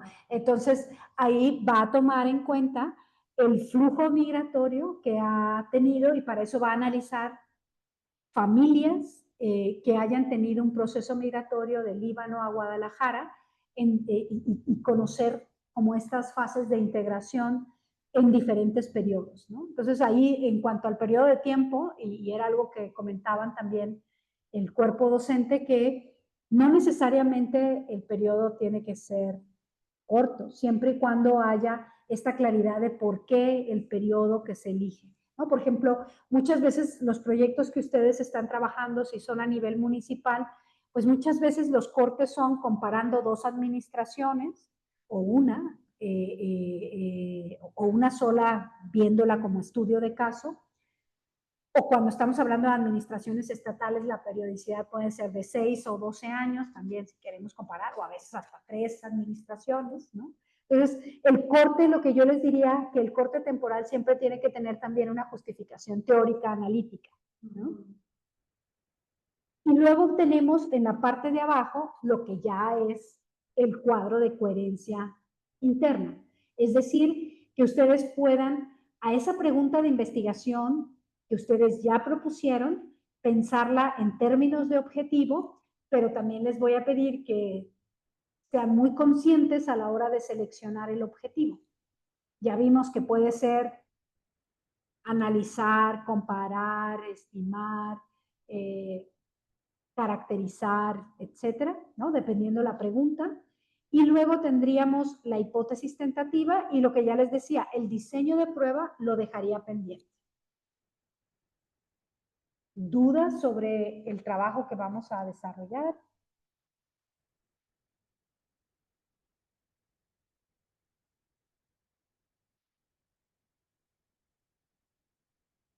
Yo lo que les diría para que también no se les haga muy pesado, recordemos que el semestre va a terminar el 20 y tantos de noviembre, entonces yo lo que les diría es que también vayan avanzando en su propio protocolo de investigación, para que no se apresuren en las últimas semanas. Por ejemplo, ¿qué pueden ir avanzando? Recordemos que en la estructura del protocolo está la introducción, donde ustedes van presentando, incluso ahí es posible decir lo que se llama el locus de enunciación. El locus de enunciación significa el lugar desde donde ustedes están hablando, es decir, ¿qué es lo que a ustedes les inquieta o por qué es, de dónde nace ese interés en ese tema en específico? Y eso puede ser locus de enunciación, que sería el lugar de enunciación, locus de enunciación. ¿Por qué? Porque es donde el investigador explica su postura o explica desde dónde nace su interés, su inquietud. Y eso puede ser como funcionarios públicos, como habitantes de una ciudad, por una experiencia personal, profesional, siempre hay que colocarlo ahí, ¿no? También, por ejemplo, quienes participan en colectivos y que siempre han tenido como un involucramiento con ciertos temas de la ciudad y que precisamente de ahí haya nacido el tema de investigación, hay que dejarlo claro ahí, ¿no?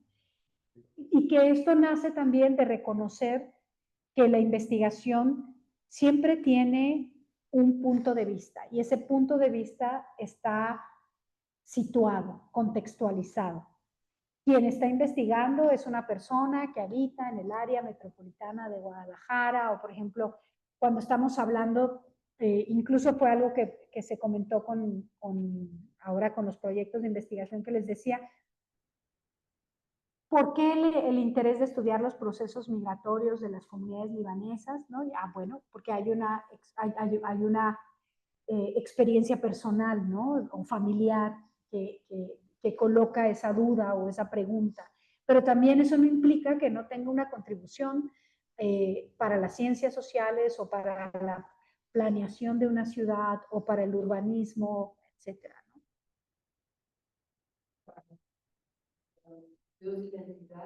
Exacto, exacto. Maestra, una pregunta. ¿De qué largo tiene que ser de extensión en cuartillas el protocolo? Y Ajá. también, ¿qué extensión debería de tener la introducción de este protocolo en cuartillas? Mira, por O ejemplo, palabras. si pensáramos en la introducción, yo diría entre 1 y 3 cuartillas, ¿no? Ajá. Déjenme ver si no, a ver, si no lo puse aquí.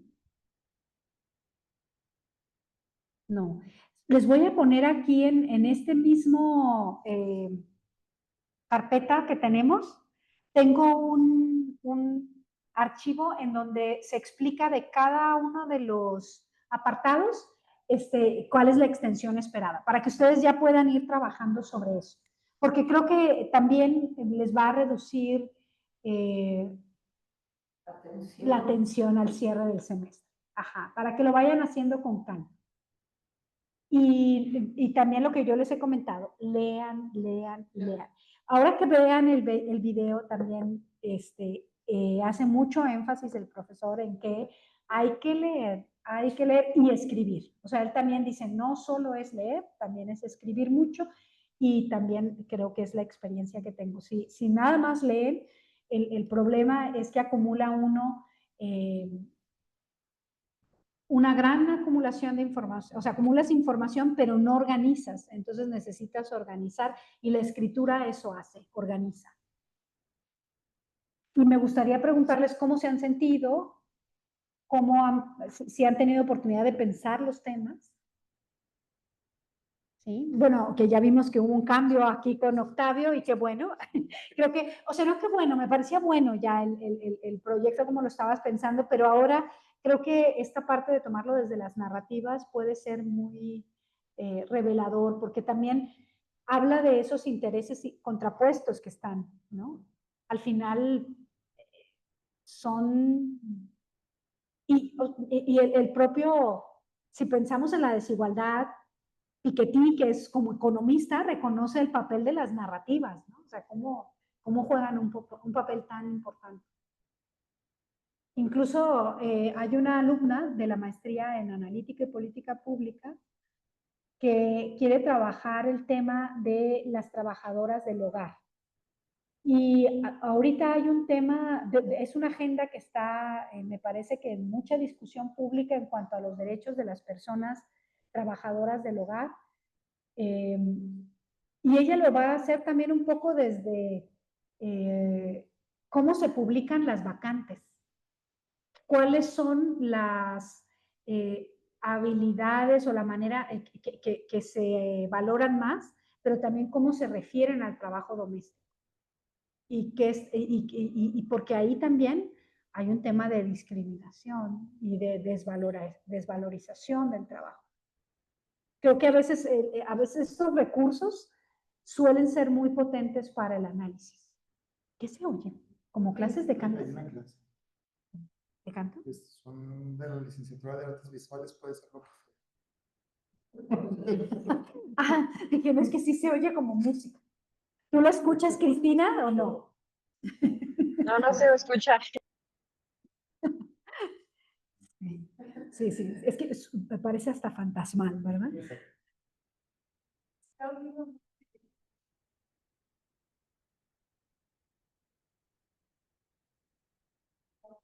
Sí. Pues es que la verdad es que también la dimensión histórica del trabajo.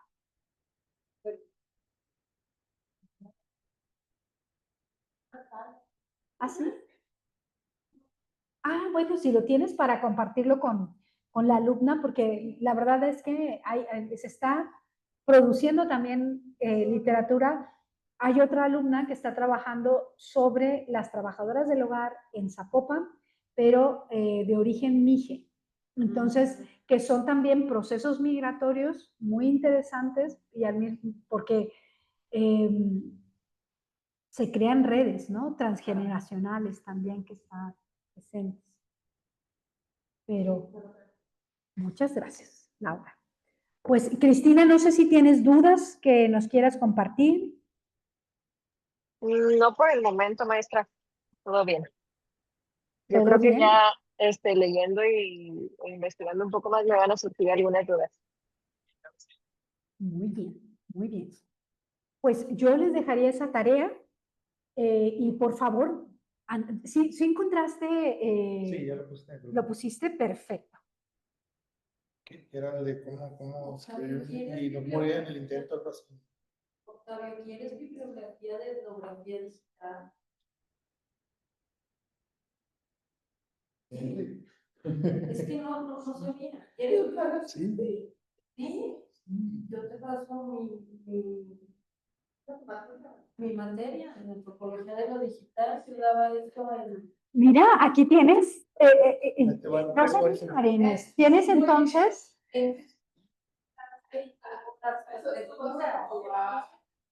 Y veíamos cartografía digital, o sea, con los antropólogos de la UDG.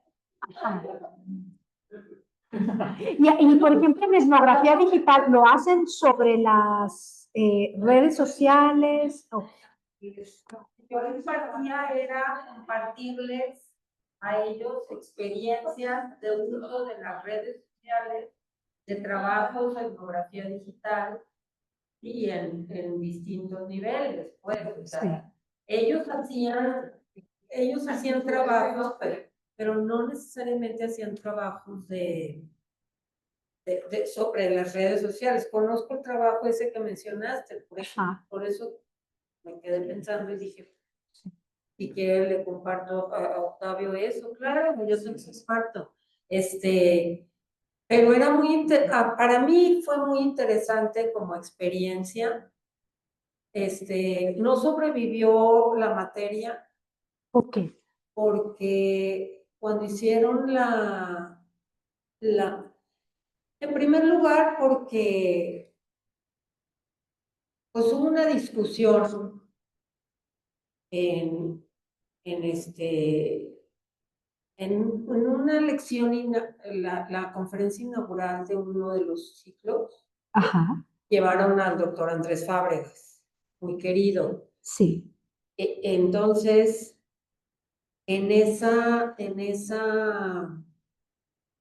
inauguración, él pues privilegia pues toda la etnografía clásica, pues, ¿no? Que es su experiencia y que es su formación y que es todo. A la hora de las preguntas, pues yo le hice las preguntas más enfocada a cuál era su valoración sobre la etnografía digital. Y fue sumamente descalificante. Me sentí como, porque además le dije aquí, a ver, ¿cuántos de los que están aquí en esta conferencia utilizan los medios digitales? ¿Podrían ustedes levantar la mano o levantar su dispositivo? Prácticamente todo el auditorio. Sí. Entonces le dije al doctor, doctor Andrés, cuál es su conocimiento, valoración sobre esto. Entonces no fue fue una respuesta muy tajante en donde él, pues no entraba a esa dimensión, como que él decía, es que yo no me puedo imaginar, que sea un trabajo etnográfico real si no estás haciendo un trabajo de campo, pues en vivo. Entonces, estar haciendo un monitoreo en medios, en redes, es otra cosa, no es un trabajo etnográfico propiamente. Pero como doctor, si estamos en la era de la información, ya le tiré todo el rollo de la era de la información, todos mis rollos con los que sustento mis clases, o sea, sustentaba mi clase. Mi clase empezaba hablando de la era de la información, para que primero contextualizarlos a ellos en qué época estamos, y luego después con el nacimiento de Internet, todo, para que ellos vieran cómo habíamos llegado a donde estamos. Y entonces, pero no pescó, no conectó, o sea, no alcancé quizás a ser tan contundente yo en mi exposición, o como él no me jaló el hilo, Sí. le tiré un pial, pues, y él no lo jaló. Entonces, pues, como que se cayó mi intervención, ¿verdad? Se cayó mi intervención. Una loquita que aquí vino y dijo todo esto. Por decir algo, ¿no? Sí, sí, no, Él te me entiendo. conoce y no. Ajá. Él cuando él defendía, era su traductora cuando él trabajaba con Farabundo Martí de Liberación Nacional.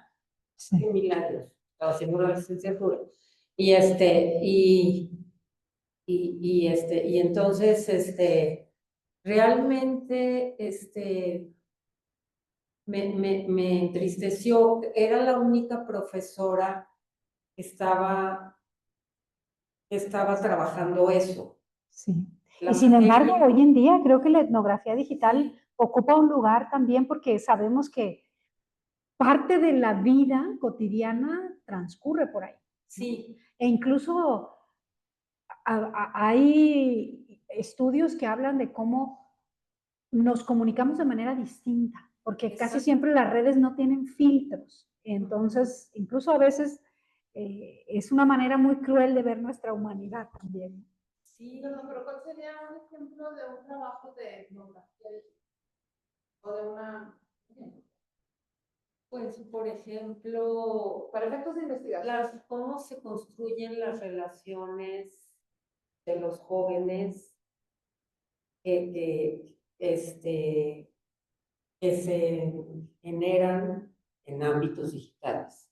Cómo se construyen las relaciones afectivas, cuál cambio han tenido, cuál es la naturaleza de las relaciones afectivas que tienen como su punto de arranque los medios digitales, y casi todo el tipo de trato en los medios digitales. O sea, ¿qué hay de diferente en tu forma de relacionarte amorosa, afectivamente, en los medios digitales con respecto a las relaciones esenciales? Pues, o sea, y que sí, y que hay investigaciones. De hecho, hay una página. Incluso yo le pedí a los de esa página que se podía participar en esa página, pero explicándoles que era una profesora, que todas las características. Sí. Pues no me quería ni hacer pasar por una jovencita, ni ya sabes, todas esas cosas que existen. Es la parte ética, ¿se fijan? O sea, el decir, ¿por qué quiero participar en esa red?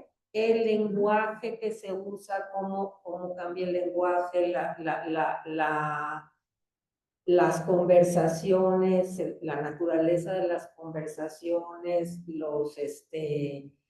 pues, cómo se manifiestan las masculinidades y y los feminismos, si quieres. O sea, hay mucha diferencia, digamos, en los tratos entre mujeres y hombres, como podríamos pensar que es en lo presencial, hay muchos roles ya estigmatizados con respecto a eso. O sea, entonces, todo eso ellos lo trataban en esa página, pues. Sí, no, y es que siguiendo un poco tu ejemplo, interesante. Marenes, por ejemplo, la manósfera, ¿no? Que se trató en el tema de la serie de adolescencia. Sí, la adolescente. Adolescentes. Sí, Bueno, habla de cómo, o sea, entre los jóvenes, o adolescentes sobre todo, hay como un grupo que lleva un discurso en el cual los hombres se sienten relegados con las nuevas maneras de relaciones entre mujeres y hombres. Y entonces, la etnografía digital, por ejemplo, te permite ver el qué y cómo se generan esos discursos, ¿no? A través de cómo escriben, a quién escriben, desde dónde escriben. Y entonces tú estás viendo incluso qué símbolos, por ejemplo, hacen qué los emoticones que se utilizan, o sea, todos estos elementos que al final también tienen una parte simbólica y cómo la están reflejando a través de ahorita estos cambiaron narrativos. su coordinador y entró Agustín, con el que tengo bastante cercanía. Él viene de acá, de conmigo, de historia, pero Sí. lo hicieron de antropología, y le dije, Agustín, te voy a llevar el programa de una clase que yo estuve dando. Sí, es que yo creo que no puede dejar de A mí se me tomarse hacía como una padrísima la clase, y yo sí veía que los chavos, me acuerdo que un día cayó la clase en 10 de mayo, perfecto. Era, lo único que era tremendo era que era de 6 a 9 y el push salías a las 9 y la piel todavía está en China. Del miedo nos daba cuando ya salíamos a estas la horas. clase y teníamos que recorrer todo el curso. Estaba en estudios de la cultura, estaba ya casi pegado a rectoría, pero las puertas de allá estaban cerradas, la única que quedaba abierta era la de acá, de históricos humanos. Entonces sí, eso era lo único que a mí me ponía nerviosa. Pero me acuerdo, pero maestra, el 10 de mayo, ¿qué va a pasar? ¿Usted nos va a festejar? O sea que sí había un interés en la Pero clase. ¿cómo? Claro. Perdemos la clase, estamos en lo más, en el clímax, les decía. Y entonces, me acuerdo que, no, maestra, por favor, váyase a festejar. Y yo sí quiero ir con mi mamá, y todos querían ir con la mamacita, y pues, entonces yo iba también a festejar. Pero bueno, el punto es que, digo, porque ahorita mencionaron el término. Sí, y creo que sí y lo voy a incorporar, fíjate. Textos que tengo, que a lo mejor te pueden servir. Algunos los tengo en PDF, pero hay varios que tengo en físico y pues igual te los puedo traer para que sirvan. Sí, en este libro de Doris. Christine Heim empezó. Christine Sí. Heim es la que primero publicó un texto es De como un etnografía referente digital. más atrás. Sí. Y luego ya vinieron a hacer los siguientes. Sí, aquí ha llegado de manera más tardía. Sí, ¿no?